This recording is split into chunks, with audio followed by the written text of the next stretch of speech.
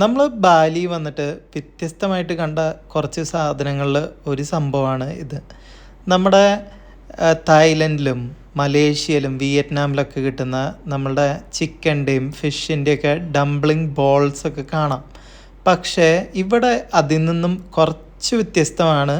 ഇവിടെ കൂടുതലും ആൾക്കാർ അരി ഭക്ഷണമാണ് കഴിക്കുന്നത്. അതുപോലെ തന്നെ അരി കൊണ്ടുണ്ടാക്കിയിട്ടുള്ള പല സാധനങ്ങളുമാണ് ഇവിടെ കൂടുതൽ ലഭിക്കുന്നത്. ഡംപ്ലിങ്സിലും ഇതുപോലെ ചെറിയൊരു വെറൈറ്റി ഉണ്ട്. നമ്മൾ ഒരു അരിയുടെ ഉണ്ടയുടെ ഉള്ളിൽ നമ്മൾ കുറച്ച് മീറ്റ് ഫില്ലിങ്സ് ഒക്കെ വെച്ചിട്ടുള്ള ഡംപ്ലിങ്സാണ് ഇവിടെ കൂടുതലും. സോസ് വൈസ് എല്ലായിടത്തും ഒരേപോലെയൊക്കെ ഇരിക്കും.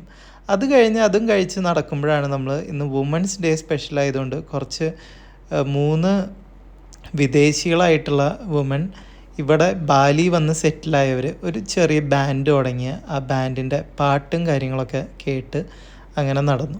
അടുത്ത ദിവസം ഞങ്ങൾ ന്യൂസപ്പനീഡയിൽ പോകുന്ന വഴി കഴിച്ചൊരു സ്പെഷ്യൽ സംഭവമാണിത്. ക്രോസൻറ്റ് ഹാം ചീസ് ആണത്. ഹാം എന്ന് പറയുമ്പോൾ മിക്കതും പോർക്കായിരിക്കും വരിക ബേസായിട്ട്.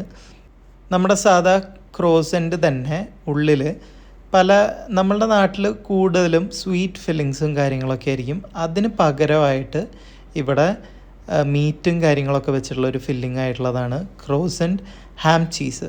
അത് കഴിഞ്ഞ് ഞങ്ങൾ കഴിച്ചത് ഒരു സാധാ ഹോട്ട് ഡോഗാണ്. പക്ഷേ അത് അടിപൊളിയായിരുന്നു.